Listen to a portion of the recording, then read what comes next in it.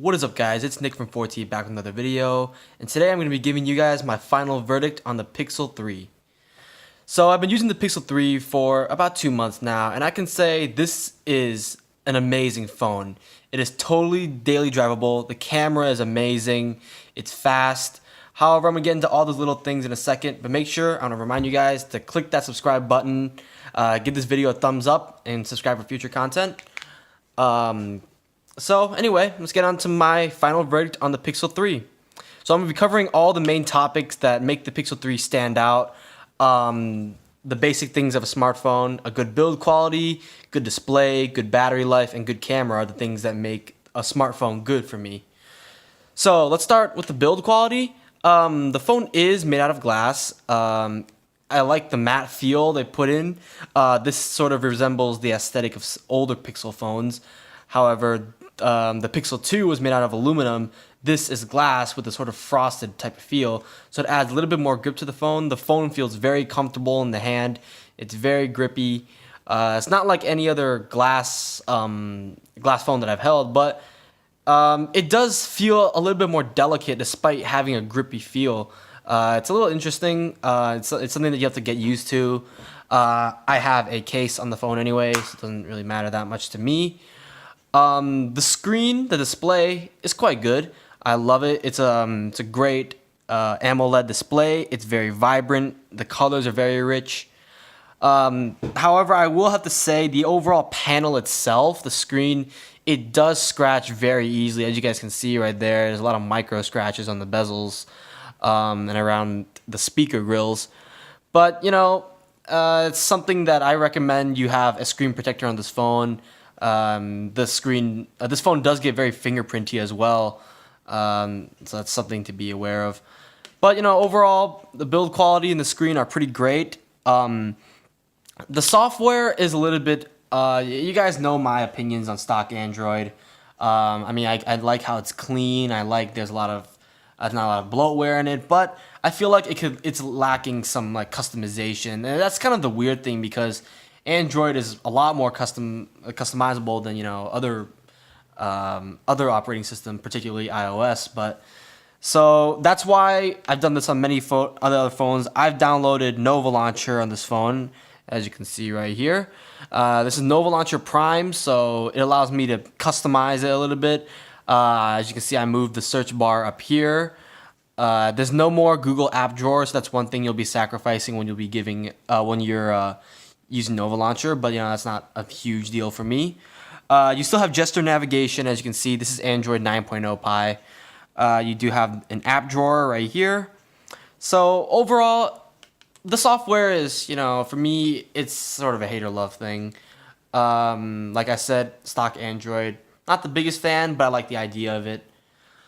So the camera. So this is clearly the best part of the Pixel. It's always been like the stronger part of Google Nexus phones. The cameras on Pixel phones have always been great. I'll show you guys some of the pictures I've taken. Of course, you're watching this from a camera, so you have to like sort of adjust your expectations for what you're seeing right now. But the pictures have very good dynamic range. Exposure is pretty great.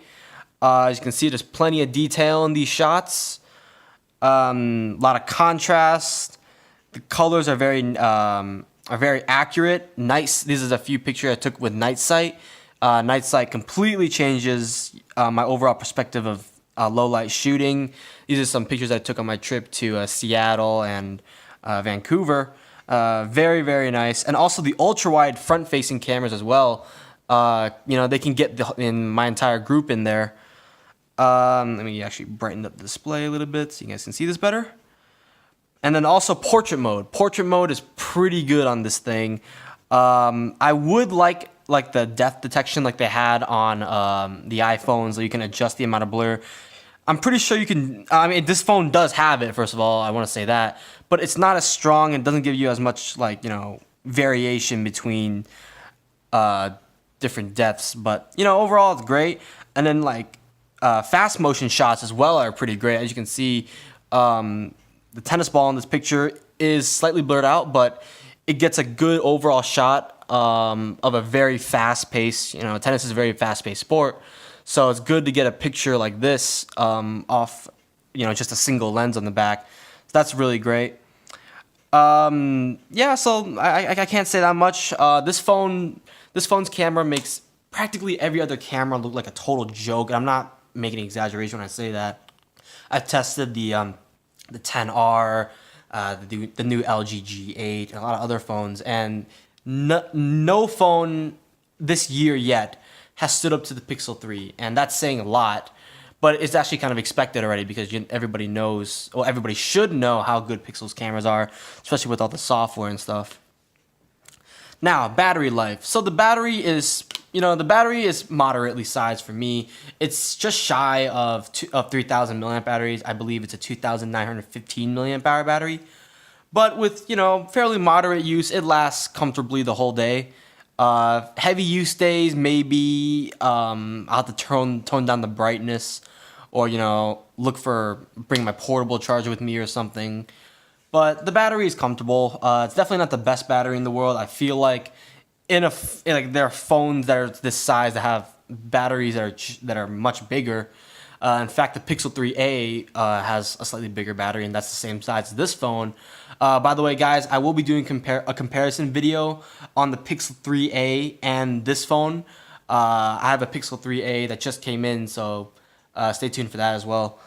But yeah, the battery it's okay, I guess. It's definitely not the best battery in the world, especially coming off the Pixel 2 XL, the phone I was using before.